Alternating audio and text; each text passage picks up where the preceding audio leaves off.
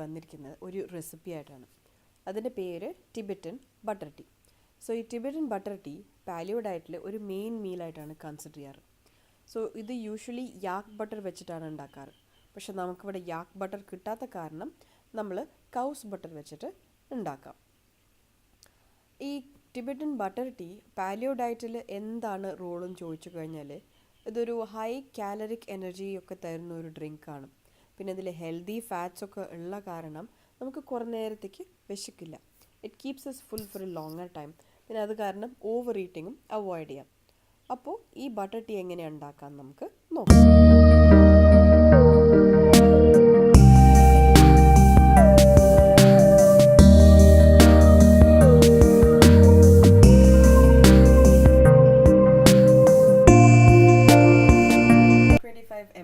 Full fat മിൽക്കും 125 ml വെള്ളവും കൂടി മിക്സ് ചെയ്തിട്ട് ഈ കപ്പിൽ വെച്ചിട്ടുണ്ട്. പിന്നെ ആവശ്യമുള്ള ഇൻഗ്രീഡിയൻസ് എന്തൊക്കെയാണെന്ന് നോക്കിക്കഴിഞ്ഞാൽ ബട്ടർ, അൺസോൾട്ടഡ് ബട്ടർ 30 grams, പിന്നെ ചായപ്പൊടി, പിന്നെ ഒരു ഡിഫറെൻറ്റ് ടേസ്റ്റിന് വേണ്ടിയിട്ട് ഞാൻ കുറച്ച് ഏലക്കയും ഇഞ്ചിയും കൂടി ചതച്ച് വെച്ചിട്ടുണ്ട്. ഇനി അതെങ്ങനെ ഉണ്ടാക്കാം നമുക്ക് നോക്കാം. നമ്മൾ നോർമൽ ചായ എങ്ങനെയാണ് ഉണ്ടാക്കുക എന്ന് വെച്ചാൽ അതേ തന്നെയാണ് പ്രോസസ്സ്. ഞാൻ എല്ലാം കൂടി ഇതിൽ ഇട്ടിട്ടുണ്ട്. പാലും വെള്ളവും ബട്ടർ, പിന്നെ ചതച്ച് വെച്ച ഇഞ്ചിയും ഏലക്കായും എല്ലാം കൂടിയിട്ടുണ്ട്. ഇനി ഇതൊന്ന് തിളച്ച് വരട്ടെ.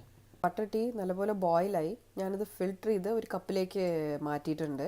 ഇപ്പോൾ ചെറുതായിട്ടൊന്ന് നമുക്ക് ഇളക്കി കൊടുക്കുക. അത് ഇളക്കുമ്പോൾ തന്നെ നമുക്കറിയാം അപ്പോൾ നോർമൽ ടീൻ്റെയും ബട്ടറിൻ്റെയും കോമ്പിനേഷൻ ആണിത്.